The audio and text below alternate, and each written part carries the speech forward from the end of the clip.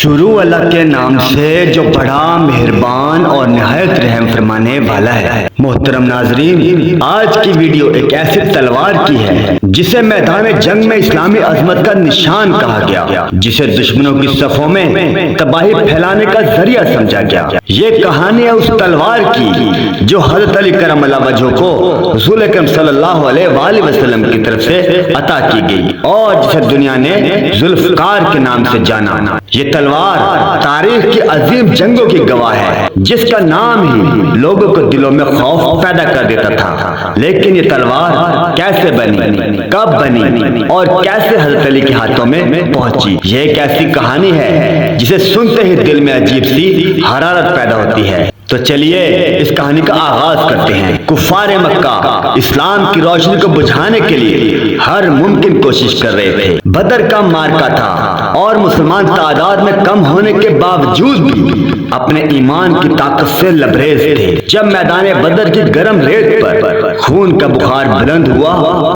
اور مسلمان اپنی جان کی پرواہ کیے بغیر کفار کی تلواروں کے سامنے ڈٹ گئے، تب وقت نے ایک ایسی کہانی رقم کی جو تاریخ کے سینے پر ہمیشہ ہمیشہ کے لیے نقش ہو گئی۔ یہ وہ دن تھا جب صحرا کی آندھیوں کے بیچ اسلام کے جاباز سینے میں ایمان کا چراغ جلائے ہوئے اللہ کی مدد کے منتظر تھے۔ دشمن کی تعداد بہت زیادہ تھی، ان کی تلواریں چمک رہی تھی اور وہ اپنے غرور کے نشے میں مست تھے۔ اور اسی ہنگامے کے درمیان نبی کریم صلی اللہ علیہ وآلہ وسلم اپنے خیمے میں دعا میں مشغول تھے اور ان کے دل سے نکلتی دعائیں جیسے زمین و آسمان کو ہلا رہی تھی۔ آسمان پر ایک عجیب سا سکوت طاری تھا، پھر اچانک ہوا کے جھونکے تیز ہوئے اور آسمان پر ایک روشنی نمودار ہوئی۔ یہ کوئی عام روشنی نہیں تھی، بلکہ اس میں رب کائنات کی نصرت کی جھلک تھی۔ فرشتوں کے سردار حضرت جبرائیل علیہ السلام ایک نورانی جلوس کی صورت میں زمین کی طرف اترے۔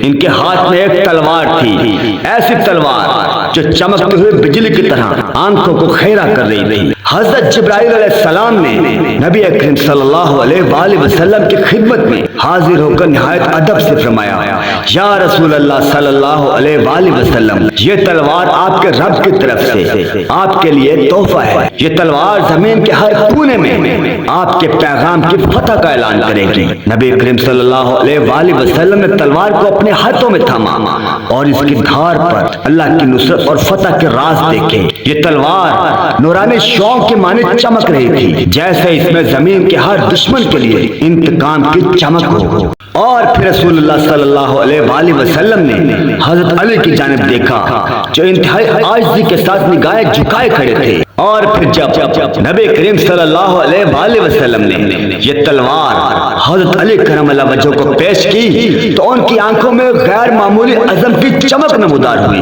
پھر رسول اللہ صلی اللہ علیہ وآلہ وسلم نے حضرت علی کو یہ تلوار دیکھ کر فرمایا، نوجوانوں میں علی جیسا کوئی نہیں اور تلواروں میں ذوالفقار جیسی کوئی تلوار نہیں۔ اے علی، یہ تلوار اللہ کی طرف سے ہے اور یہ صرف ایک لوہے کا ٹکڑا نہیں بلکہ اللہ کی نصرت اور ہمارے مقصد کی فتح کا نشان ہے۔ میدان جنگ میں حضرت علی نے جب ذوالفقار کو بلند کیا تو اس تلوار کی دھار سے سورج کی کرنیں ٹکرائیں اور ایسا معلوم ہوا کہ آسمان نے بھی اللہ کی تلوار کی چمک کو سلام پیش کیا ہو۔ یہ ذوالفقار کا رو بھی تھا جسے جنگ خندق میں کفار کے سب سے بہادر جنگجو عمرو بن عبدود کو زیر کیا، جسے عرب کے جنگجو 1000 گھوڑوں کے برابر سمجھتے تھے۔ لیکن جب عمرو بن عبدود حضرت علی رضی اللہ تعالیٰ عنہ کے سامنے آیا اور ذوالفقار کی دھار نے ہوا میں حرکت کی تو عمرو کی تلوار کانپ گئی اور اس کے غرور کی دیواریں زمین بوس ہو گئی۔ کفار کی صفوں میں ذوالفقار کی دھار کو دیکھ کر لرزہ طاری ہو گیا